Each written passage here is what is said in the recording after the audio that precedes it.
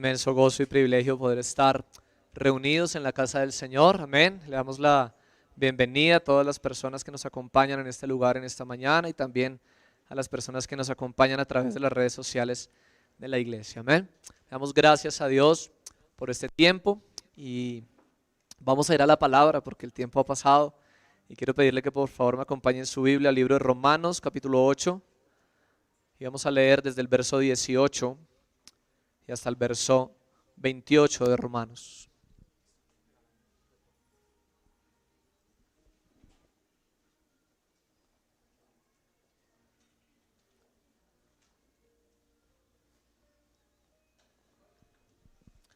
Romanos capítulo 8, verso 18 y hasta el verso 28. Amén. Vamos a leer en fuerte y alta voz, con toda su voz. Nos disponemos a leer su palabra en el nombre del Padre y del Hijo y con la unción y guía del Espíritu de Dios. Amén. Pues tengo por cierto que las aflicciones del tiempo presente no son comparables con la gloria venidera que en nosotros ha de manifestarse. Porque el anhelo ardiente de la creación es el aguardar la manifestación de los hijos de Dios. Porque la creación fue sujetada a vanidad, no por su propia voluntad, sino por causa del que la sujetó en esperanza. Porque también la creación misma será libertada de la esclavitud de corrupción a la libertad gloriosa de los hijos de Dios.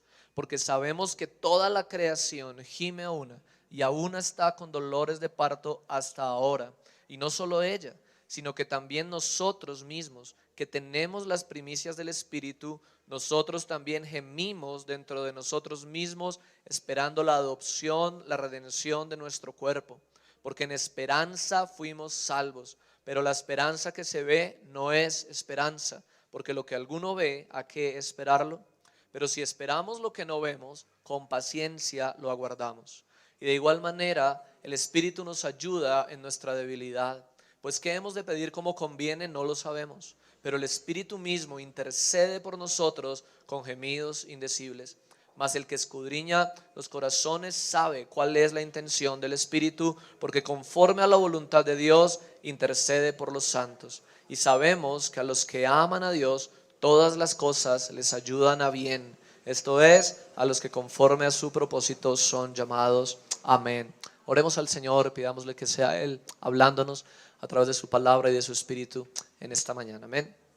Padre, te bendecimos, Señor, una vez más. Glorificamos, Señor, tu nombre, Dios. Te damos gracias por tu infinita misericordia, por tu infinito amor, por tu infinita bondad, Señor, con la que hoy nos has provisto, Señor, una vez más, un día más de tu gracia, Señor, de tu Espíritu y de tu presencia con nosotros, Señor. Hoy clamamos, Padre Celestial, para que en el poder de tu Espíritu y en la presencia de tu Espíritu Santo podamos tener libertad, Señor, para oír tu palabra, que podamos tener libertad, Señor, para recibirla, Señor, para entenderla, para guardarla, para obedecerla y para honrarla en nuestra vida, Señor. Ayúdanos a oír tu voz en esta mañana, una voz, Señor, que venga de tu corazón, una palabra que venga de tu boca, Señor, para darnos vida en abundancia, Señor. Ayúdanos, Padre Celestial, a perseverar en tu propósito, Señor, y vivir cada día para la gloria de tu nombre. Amén y amén. Amén.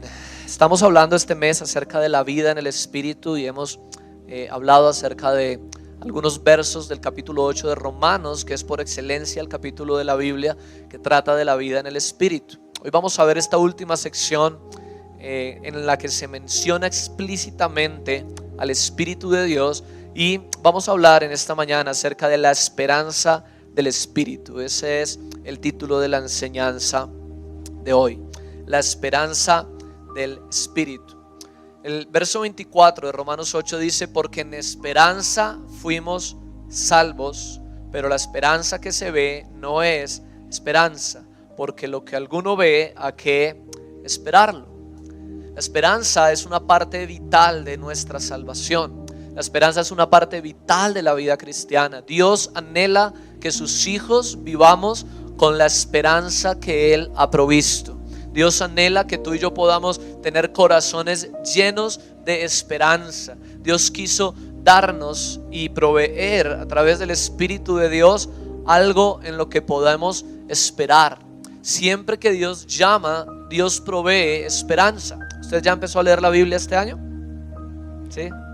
Vamos de Génesis a Apocalipsis, ¿no? Ya pasó por la historia de Abraham. Cuando Dios llamó a Abraham, ¿qué le dijo? Vete de tu tierra y de tu parentela, ¿a dónde? A la tierra que yo te diré. Amén. Y dice el libro también de Hebreos que Abraham salió de su tierra sin saber a dónde iba. Abraham estaba esperando la respuesta del Señor. Y más adelante también en la historia de Abraham, Dios le prometió a Abraham que él tendría una descendencia para Dios. A pesar de que su esposa era estéril, a pesar de que eran ancianos, Dios hizo una promesa que trajo al corazón de Abraham esperanza. Y no solamente le prometió que tendría un hijo, sino que también le mostró la tierra donde toda su descendencia iban a habitar.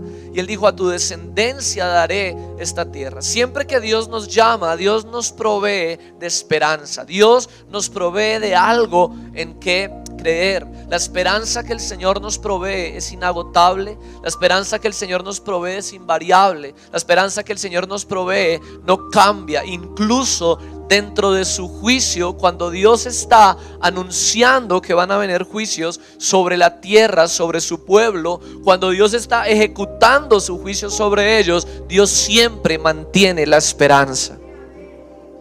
Ese es el Dios en el cual tú y yo hemos creído. Y es importante y es necesario que tengamos claridad de cuál es esta esperanza, porque nuestro corazón, como hemos aprendido ya, es una fábrica constante de ídolos. Y es una fábrica constante de falsas esperanzas. Cada ídolo que hay en nuestro corazón es un lugar de falsa esperanza. Es un lugar de falsa expectativa. Creo que todos hemos tenido en algún momento la experiencia de tener falsas esperanzas, bien sea con una persona, con una relación, con un trabajo.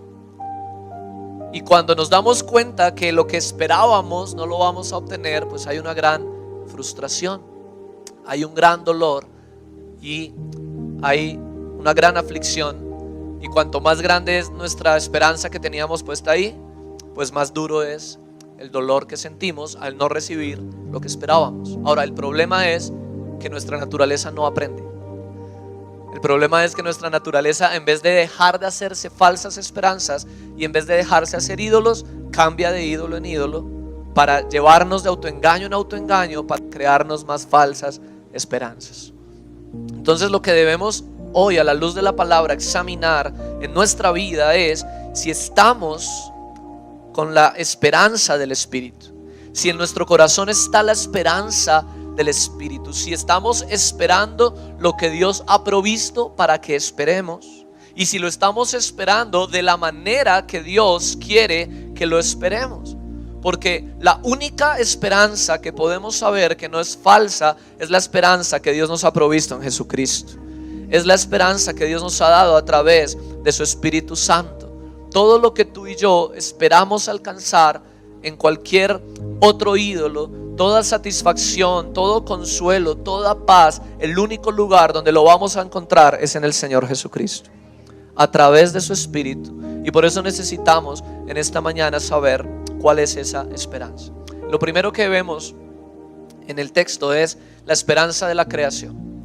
La esperanza de la creación. Pablo comienza en el verso 18 a decir: tengo por cierto que las aflicciones del tiempo presente no son comparables con la gloria venidera que en nosotros ha de manifestarse. Y esa es la introducción a dos temas: el tema de las aflicciones del tiempo presente y el tema de la gloria venidera.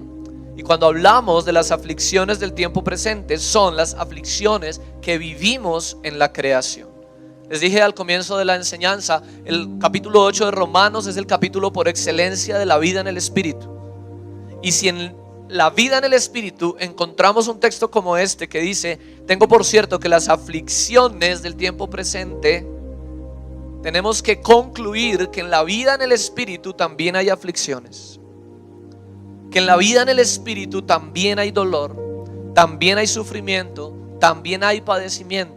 Tener una vida en el Espíritu no es una vida libre de problemas, no es una vida libre de crisis, no es una vida libre de dolor. La vida en el Espíritu, la vida con el Señor, no es un escapismo, como tal vez muchos lo han entendido, pensando que la iglesia o este lugar de congregación es un lugar donde nos olvidamos de todos los problemas y hacemos como que nada está pasando, y después vamos otra vez a encontrarnos con la misma realidad y a luchar solos allá con todos los problemas y crisis que hay. Pero no es así. Las aflicciones acompañan la vida del Espíritu, y tú y yo necesitamos una comprensión bíblica de la aflicción, una comprensión bíblica del dolor y del padecimiento, una comprensión como la que alcanzó el apóstol Pablo. Acompáñame en tu Biblia, Colosenses capítulo 1, verso 24.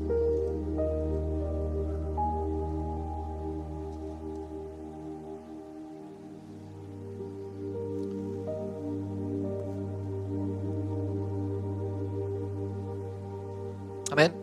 Colosenses capítulo 1, versículo 24.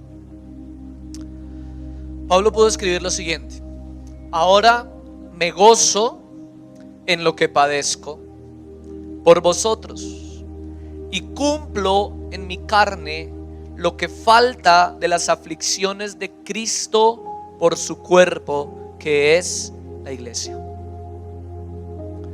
¿Cuántos de nosotros podríamos tener este mismo sentir? ¿Cuántos de nosotros que venimos hoy atribulados, cargados, padeciendo, luchando, podemos decir: ay, me gozo en este padecimiento, me gozo en esta tribulación? No lo podemos hacer porque no tenemos una perspectiva eterna del sufrimiento, no tenemos una perspectiva bíblica del sufrimiento. Pablo pudo tener esta perspectiva, y lo que él hizo fue primero tener una motivación eterna, una motivación bíblica de su padecimiento, y esa motivación fue la iglesia. Esa motivación fue la iglesia. Iglesia, Dios nos ha hecho a todos un cuerpo, Dios nos ha hecho a todos uno, y en la manera en que tú y yo enfrentamos nuestros padecimientos es la manera en que ministramos a la iglesia.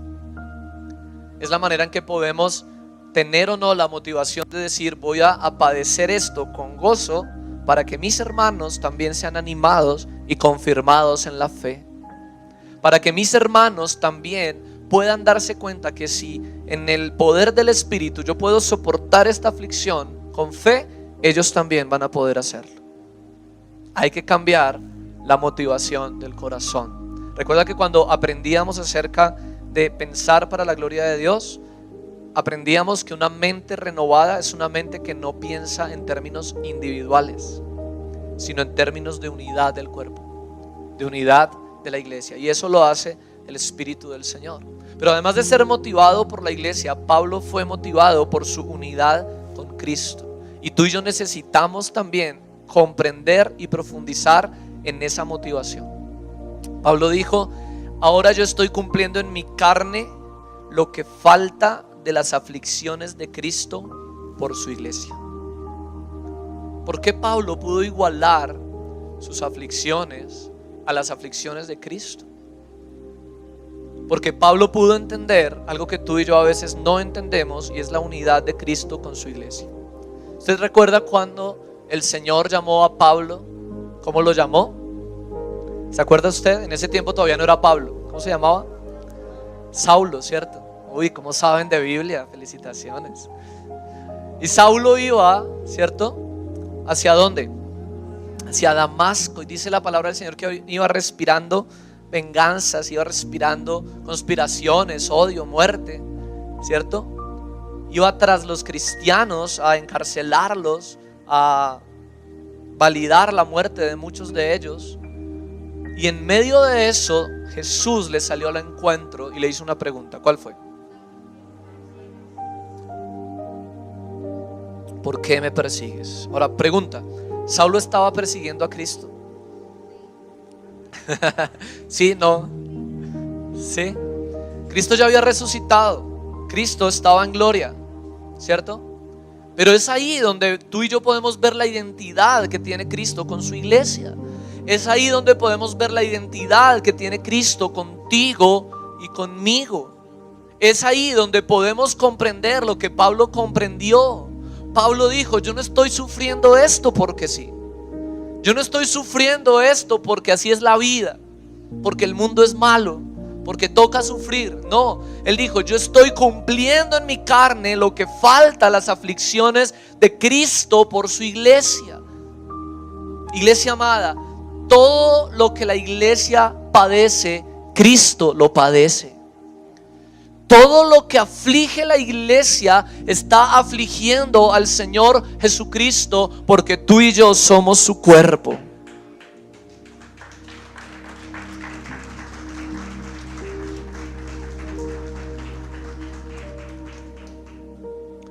Tú y yo somos llamados por el Señor a padecer. Filipenses capítulo 1, versículo 29. Filipenses capítulo 1, versículo 29.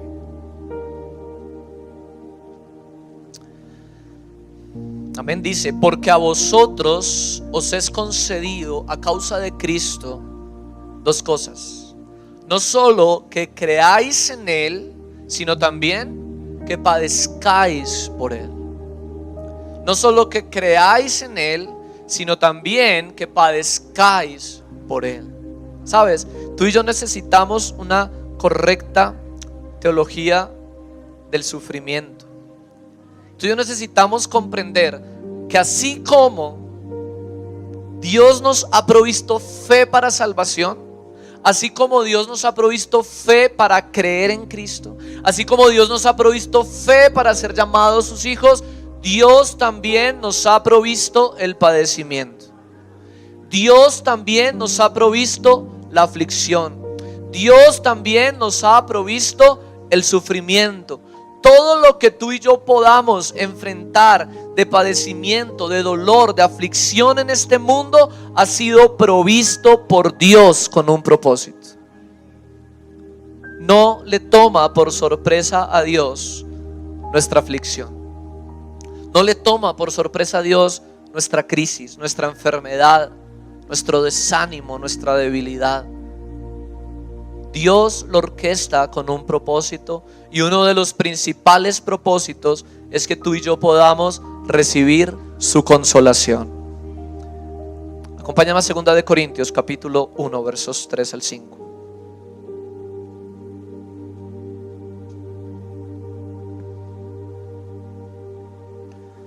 Segunda de Corintios capítulo 1, versos 3 al 5.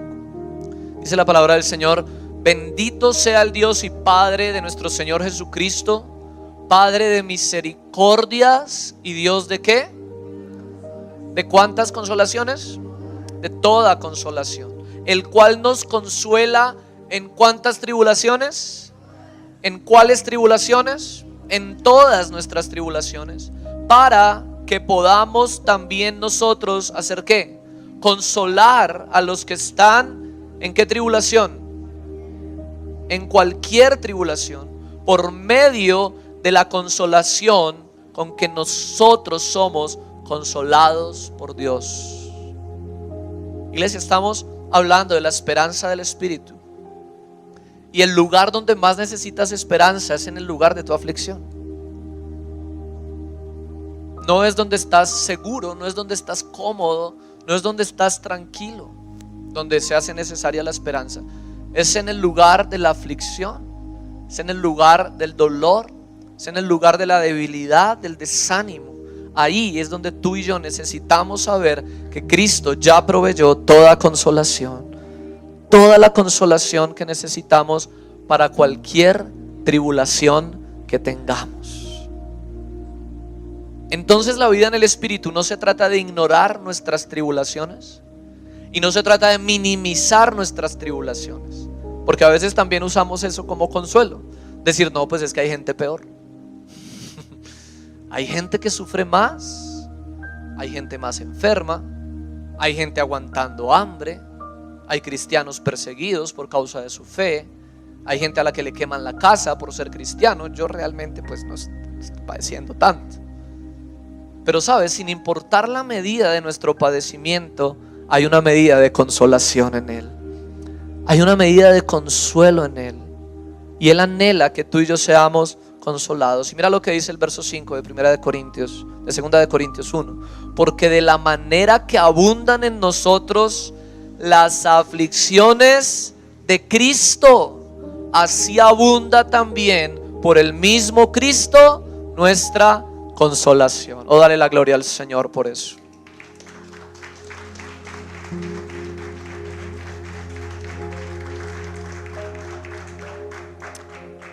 Hay aflicciones en el tiempo presente y hay aflicciones que vamos a vivir, pero sobre toda aflicción también hay consolación, también hay esperanza. Y dice el texto de Romanos 8:18: las aflicciones del tiempo presente no son comparables con la gloria venidera que en nosotros ha de manifestarse. La esperanza del Espíritu nos apunta a nuestra glorificación. Ya el capítulo 8 de Romanos nos ha hablado de justificación, de santificación, de adopción, y termina esta parte del capítulo señalándonos nuestra glorificación. Esa es nuestra esperanza. Y la certeza, porque el verso 18 dice: tengo por cierto. La certeza que tú y yo debemos tener es que ninguna aflicción, por más profunda que sea, ninguna aflicción, por más duradera que sea, ningún dolor, por más fuerte que se sienta, va a ser comparable con la gloria venidera que se va a manifestar en ti y en mí por la obra del Señor. No hay comparación.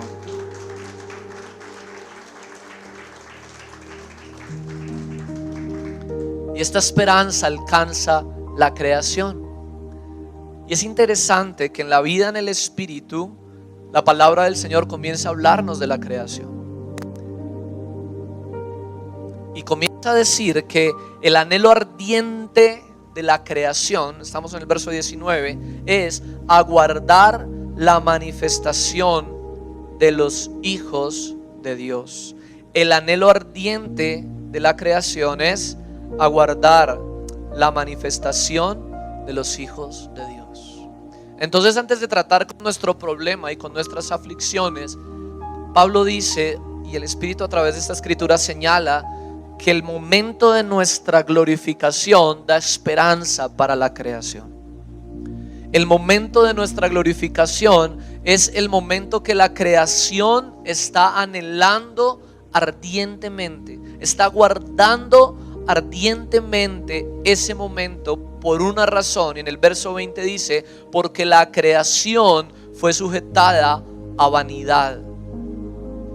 Porque la creación fue sujetada a vanidad. Y no solo fue sujetada a vanidad, sino también fue sujetada a la esclavitud de la corrupción. Y eso es lo que vemos en la creación. En el libro de Eclesiastés, en el capítulo 1, verso 2, y en el capítulo 12, verso 8, el autor de este libro escribió: vanidad de vanidades, todo es vanidad. Y cuando tú lees el libro de Eclesiastés, te das cuenta que lo que el autor de este libro está haciendo es mostrarte que todo debajo del sol es en vano, que todo debajo del sol es vanidad. Y él dice: ¿de qué sirve trabajar y llenarse de dinero para que un día tú no tengas control de ese dinero y llegue otro a controlarlo, y quién sabe si va a ser un buen administrador o lo va a derrochar? ¿De qué sirve hacerse fama si un día ya nadie se va a acordar de ti? ¿De qué sirve llenarse de las riquezas de este mundo si un día este mundo va a dejar de ser? Todo es vanidad y aflicción de espíritu debajo del sol. Y toda la creación fue sujetada a vanidad. Toda la creación está sujetada a un sinsentido.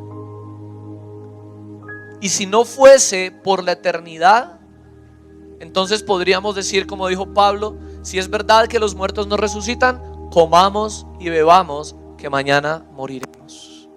Porque da lo mismo vivir como se viva si no hubiese eternidad. Pero gracias a Dios que Él nos dio una esperanza que es eterna y un futuro que es eterno.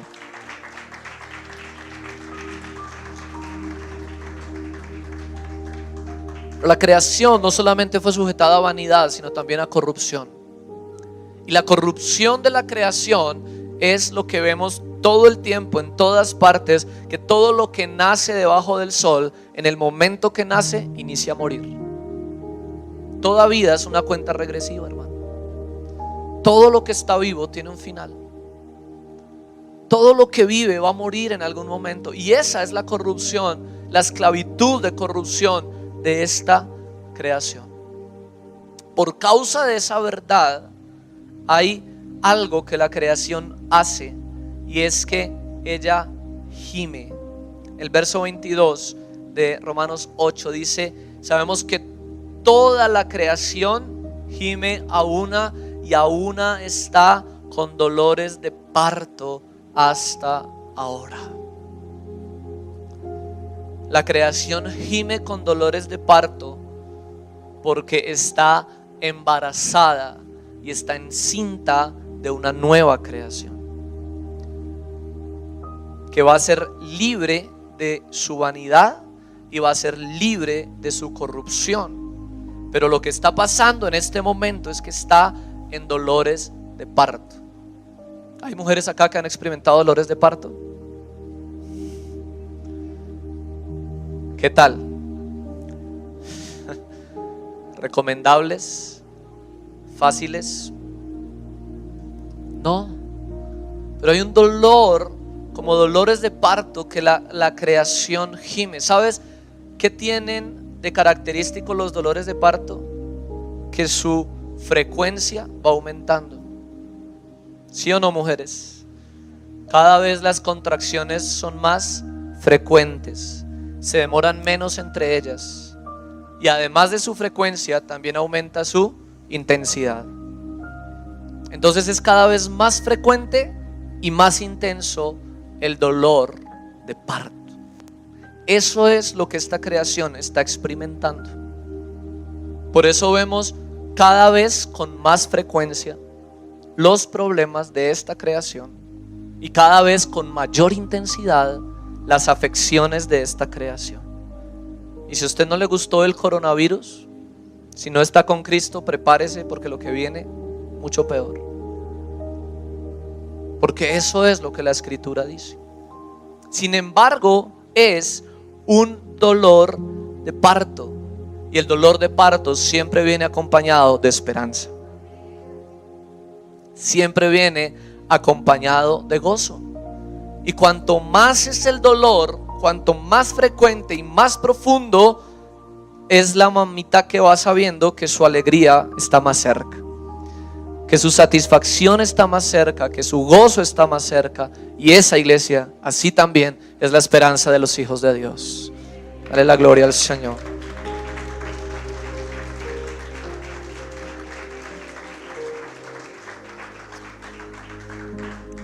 Entonces no debemos angustiarnos, entristecernos ni preocuparnos, sino alegrarnos, sabiendo, como dice la palabra, que nuestra salvación está cada vez más cerca que el día en que creímos. Además de esperanza para la creación, hay esperanza para los creyentes, y es el segundo punto de hoy. Y en el verso 23 dice: y no solo ella, no solo la creación, sino que también nosotros mismos, que tenemos las primicias del Espíritu, nosotros también, ¿qué hacemos? Gemimos dentro de nosotros mismos, haciendo que, esperando la adopción, la redención de nuestro cuerpo. Todos los hijos de Dios tenemos las primicias del Espíritu, y las primicias del Espíritu funcionan como la garantía, funcionan como las arras. Las arras son lo primero que se da de un negocio, ¿sí? El negocio no se ha cerrado, el negocio no se ha completado, pero cuando hay arras, cuando hay primicias, hay seguridad de que en algún momento eso se va a concretar. Hay seguridad de que en algún momento eso se va a hacer. Y de la misma manera funciona eso en nuestra salvación.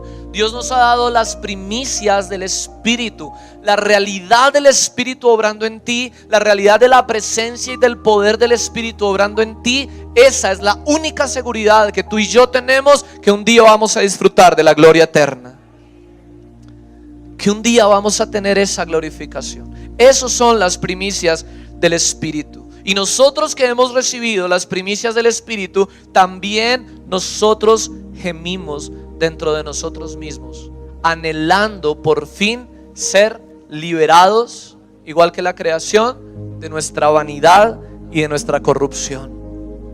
Anhelando ser liberados al fin del pecado.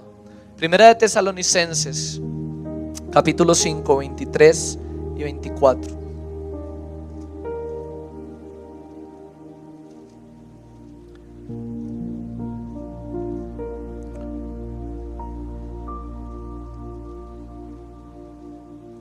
Primera de Tesalonicenses, capítulo 5,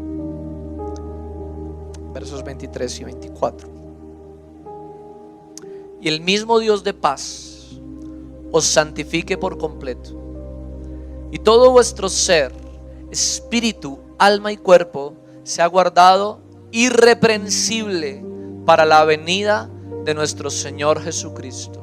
Fiel es el que os llama, el cual también lo hará. Yo quiero preguntarte algo y quiero que puedas reflexionar en eso, en el poder del Espíritu Santo, no en tu propia opinión, no en tu autoengaño. Hace un momento acabamos de cantar Ven Cristo, que te esperamos con lámparas llenas. ¿Está llena tu lámpara?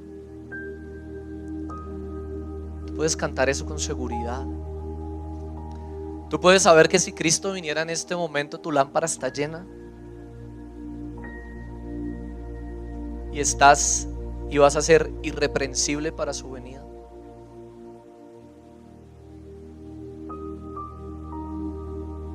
Eso, iglesia, es una obra que solamente Dios puede hacer. Pero tú y yo necesitamos poner nuestra confianza en Él. Mira, este es el gemir de nuestro espíritu. Este es el gemir de nuestra vida. El pensar un día poder estar santificados por completo. Todo nuestro ser, espíritu, alma y cuerpo, guardados irreprensibles para la venida de nuestro Señor Jesucristo. Todos los que tenemos las primicias del Espíritu clamamos por eso, los demás no. Los que no tienen el Espíritu Santo están desentendidos del tema, están entretenidos en las cosas de este mundo, están esperando que la crisis por fin se acabe y poder otra vez ir a hacer plata, ir a hacer dinero y servirle a su Dios Mamón. Pero los hijos de Dios, hay un afán que el Espíritu Santo ha puesto, hay un clamor que el Espíritu Santo ha puesto, hay un gemir, y es que queremos ser irreprensibles para su venida. ¿Sabes qué dice este texto? Fiel es el que os llama, el cual también lo hará. Y esa es nuestra esperanza, su fidelidad y su obra en nosotros. Dios nos perfecciona a través del sufrimiento. Dios nos llama a través del sufrimiento. Dios se revela a nuestra vida a través del sufrimiento. ¿Cuántos padres, cuántas madres han pensado con amor en su corazón y con la mejor intención han orado: Señor, no permitas que mis hijos sufran? Pero yo te pregunto, papá, mamá, ¿qué es mejor? ¿Que tu hijo sufra y conozca al Señor? ¿O que pase la vida llena de comodidades y en sus placeres y se condene eternamente? La palabra del Señor dice en Salmo 119, versículos 67 y versículo 71: bueno me es haber sido humillado, porque antes estaba descarriado, pero después que fui humillado, entonces conocí la palabra del Señor. Entonces pude guardar tus mandamientos. Eso es lo que los hijos de Dios necesitamos experimentar. Hebreos 12, 6 y 11 dice que ninguna disciplina al principio parece ser un motivo de gozo. Pensar en nuestra aflicción no nos alegra. Pensar en nuestro dolor no nos alegra. Pensar en el padecimiento no nos alegra. Pero iglesia, si ese padecimiento, esa aflicción y ese dolor nos transforman más a Cristo, bendito padecimiento, bendita tribulación, bendita crisis, que nos lleva a alcanzar la gloria del Señor. Todo aquel que tiene esta esperanza se purifica a sí mismo, así como Él es puro. Eso está en 1 Juan 3:3. Y quiero traerlo a colación para que tengamos un equilibrio entre lo que leímos en Tesalonicenses y lo que nos dice la palabra aquí en Juan. Porque unos dicen, bueno, como ahí dice fiel es el que os llama, al cual también lo hará, pues que lo haga Él. Que Él me mantenga irreprensible, que Él venga y llene mi lámpara, que Él venga y me prepare. Pero la palabra del Señor dice allá en 1 Juan 3:3, si tú tienes esa esperanza, todo aquel que tiene esa esperanza hace algo, se purifica a sí mismo. Eso es lo que debemos esperar. ¿Cómo debemos esperarlo? Hay un predicador muy bueno que se llama John Stott, y él escribe: esperar sin tanta ansiedad que perdamos la paciencia, y sin tanta pasividad que perdamos la expectativa. Sin tanta ansiedad por lo que estamos esperando que un día nos cansemos de esperar y digamos, ya no voy a esperar más, se me agotó la paciencia. Pero sin tanta pasividad que andemos sin expectativa diciendo, yo ya no espero nada, que sea lo que Dios quiera. ¿Cuántos hemos caído en esa actitud? Es que llevo tantos años esperando, ya Dios no va a hacer nada, ya no tengo ninguna esperanza. Sabes, eso habla mal de tu Dios, porque estás mostrándole al mundo que sirves o crees en un Dios incapaz de darte esperanza. Pero el Dios de la palabra nos ha provisto una esperanza que es inagotable, inacabable, invariable.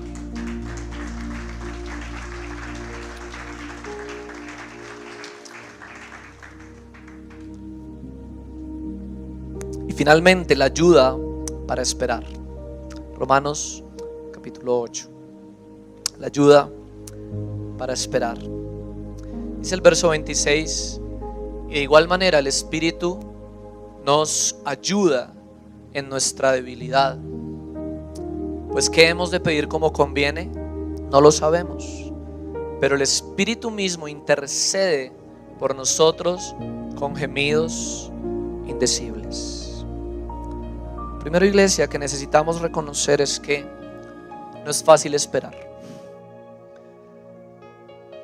Que esperar requiere paciencia, y que esperar requiere, además de paciencia, longanimidad. Esta mañana en el devocional con los servidores aprendíamos desde Colosenses capítulo 1 versículo 11 que los hijos de Dios necesitamos ser fortalecidos en el poder de Dios conforme a la potencia de su gloria para toda paciencia y longanimidad. No es fácil esperar y somos débiles. Y decir somos débiles no es nada nuevo. Todos sabemos que somos débiles, pero ¿sabes qué pasa? En la práctica se nos olvida. En la práctica pensamos que no somos tan débiles y que no necesitamos al Espíritu Santo. En la práctica pensamos que solos podemos. Tenemos la oración como el último recurso. Ya cuando, mejor dicho, me di cuenta, me reventé por todo lado y ya todas las puertas se me cerraron, bueno, me tocó orar. No es esa la vida en el Espíritu, iglesia. La vida en el Espíritu es una vida de una constante, continua, creciente dependencia de Dios, dependencia del Espíritu Santo, que es el que nos va a ayudar en la debilidad. Recuerda que no somos huérfanos de Dios, somos hijos de Dios. Y Él dijo, no los dejaré huérfanos, vendré a ustedes, y nos dio su Espíritu para que estuviera siempre, siempre con nosotros.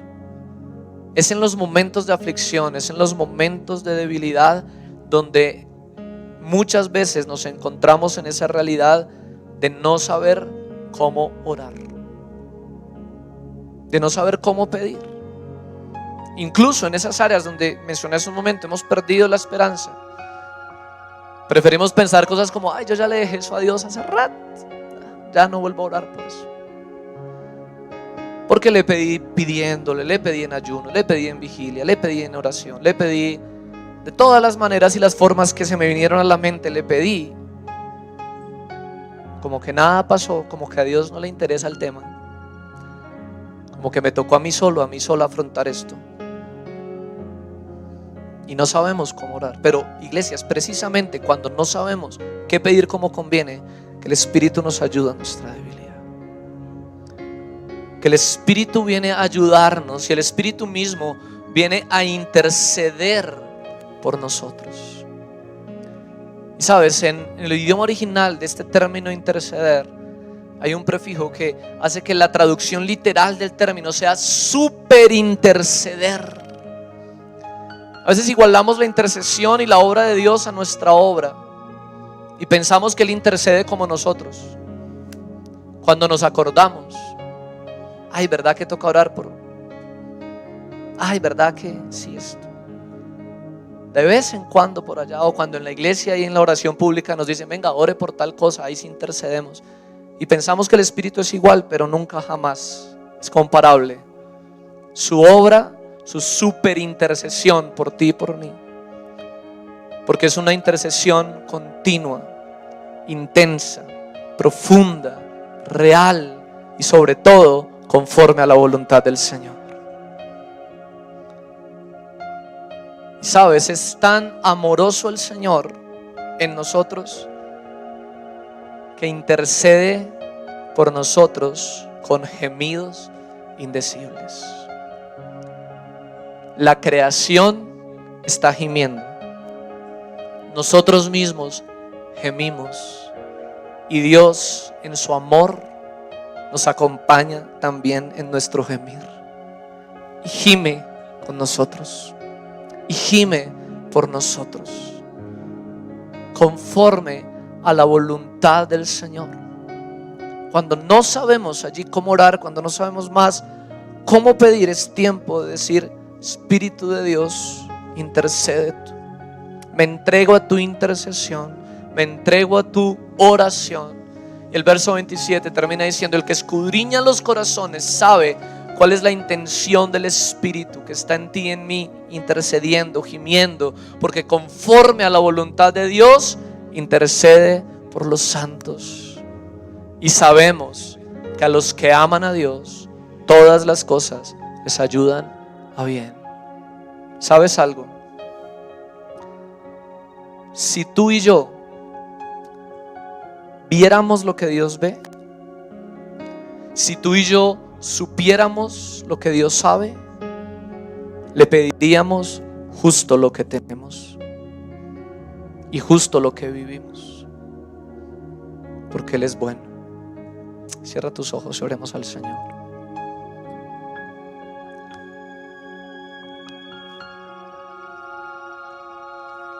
Padre, gracias por la esperanza preciosa que provees en tu persona y en tu presencia en nosotros, Señor. Gracias, Señor, porque hoy una vez más hablas a nuestro corazón y nos recuerdas, Señor, que no estamos solos. Nos recuerdas, Señor, cuánto nos has amado, cuánto nos has provisto, cuánto nos has cuidado. Nos recuerdas, Señor, que no nos has dejado solos en la aflicción y que no te ha tomado por sorpresa nuestra aflicción.